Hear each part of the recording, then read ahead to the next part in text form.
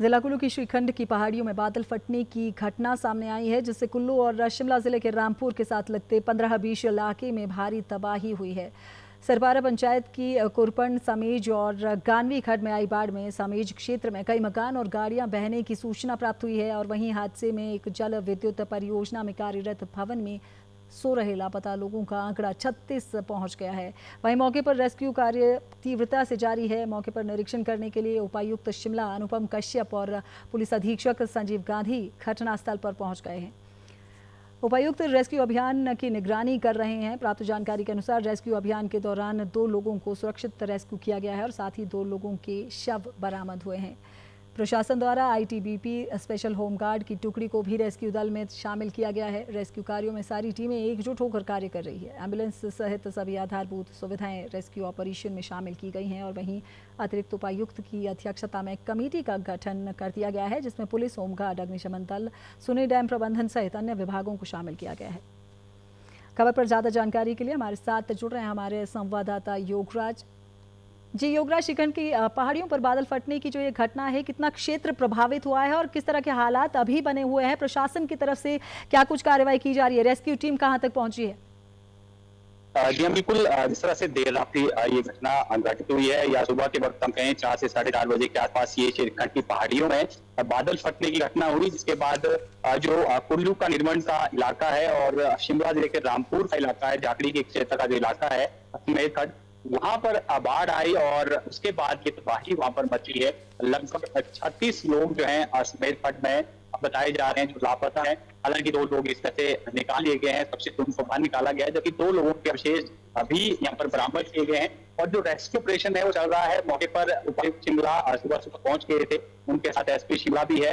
इसके अलावा जो दूसरी टीमें हैं, एनडीआरएफ, एसडीआरएफ, आईटीबीपी के जो जवान हैं, वो लगातार रेस्क्यू ऑपरेशन में लगे हुए हैं और लोगों का काम जो है वो चल रहा है। लेकिन तबाही बहुत ज्यादा है। जिस तरह से ये घटना घटित हुई है उससे जो है वो रेस्क्यू ऑपरेशन में भी अधिकतर सारी, क्योंकि लगभग 2 किलोमीटर का जो रास्ता है वो पैदल चलकर जो है जाना पड़ रहा है। ऐसे में रेस्क्यू ऑपरेशन में भी थोड़ी बहुत दिक्कत आ रही है। सड़कें जो है वहां पर रह गई है। इसके अलावा कुल्लू के इलाके में भी, निर्मंड इलाके में भी भारी पाई हुई है कि जो सोर्स है इस बादल फटने का, श्रीखंड की पहाड़ियां है, निर्मंड के इलाके में भी यहीं से जो है वो पानी गया और जिसके कारण वहां भी तबाही मची। निर्मंड में भी भारी क्षति बताई जा रही है। एक सब्जी मंडी भी वहां पर पूरी तरह से क्षतिग्रस्त हो गई है। इसके अलावा कुल्लू के दूसरे इलाके हैं, वहां पर भी बारिश से तबाही मची है। बादल फटने की घटनाएं उस पर भी आई है। मलाना में एक जो डैम है वो पूरी तरह से क्षतिग्रस्त हो गया है और वहां पर भी 3 से 4 जो मजदूर हैं वो बताए जा रहे हैं कि वो वहां पर फंसे हुए हैं। और अगर कुल मिलाकर अब तक के आंकड़े की मैं बात करूं, हिमाचल प्रदेश में 3 जिलों में, खासतौर पर मंडी, शिमला और कुल्लू की, तो 52 लोग अभी भी लापता हैं। 9 लोग प्यास नदी के किनारे में फंसे हुए हैं और इसके अलावा जो 3 शव हैं वो बरामद कर लिए गए हैं। एक शव पदर मंडी में बरामद कर लिया गया है, जबकि 2 शव जो हैं वो रामपुर में बरामद कर लिए गए हैं। जी प्रीता। बिल्कुल योगराज, बिल्कुल 50 से ऊपर का आंकड़ा जो है लापता लोगों का पहुंच रहा है। इसके अलावा प्रशासन की अगर बात करें तो मुख्यमंत्री ने आपातकाल बैठक बुलाई थी, इसमें किस तरह के निर्देश जो है वो दिए गए हैं योगराज?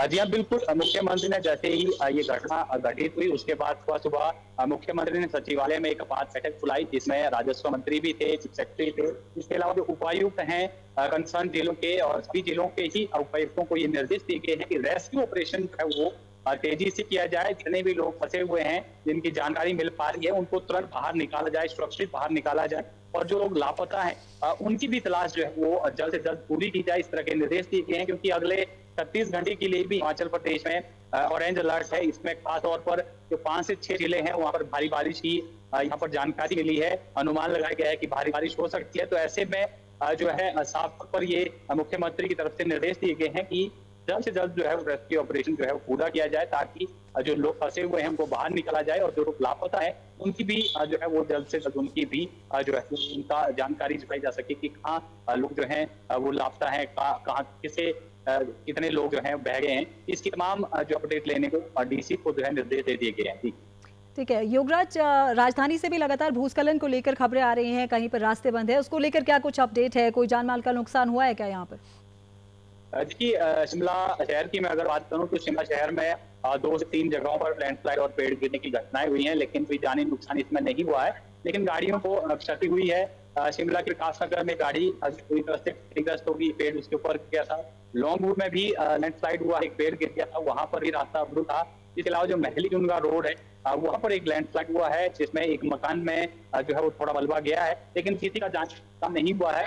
और फिलहाल अगले जो 36 घंटे हैं वो जो है वो काफी जो है वो सहता बरतनी होगी, क्योंकि जिस तरह से अलर्ट है और स्कूलों को भी साफ तौर पर निर्देश दिए गए हैं, जो खासतौर पर मंडी और कुल्लू की मैं बात करूं, क्योंकि वो क्षेत्र ज्यादा प्रभावित है, वहाँ पर स्कूल भी बंद करने के निर्देश दिए गए हैं। आज और कल कुल्लू और मंडी के कुछ इलाकों में एसडीएम ने अपने स्तर पर भी स्कूल जो है वो बंद कर दिए गए हैं। और इसके अलावा मुख्यमंत्री लगातार फीडबैक दे रहे हैं। मुख्यमंत्री खुद भी घटनास्थल के लिए रवाना हुए थे, लेकिन हेलीकॉप्टर नहीं उड़ पाया, वजह से वो वापस सचिवालय पहुंचे और यहाँ पर अधिकारियों के साथ जो है बैठक चल रही है, तमाम अपडेट जो है ली जा रही है, रेस्क्यू ऑपरेशन की जानकारी जो है वो ली जा रही है। जी प्रियंका।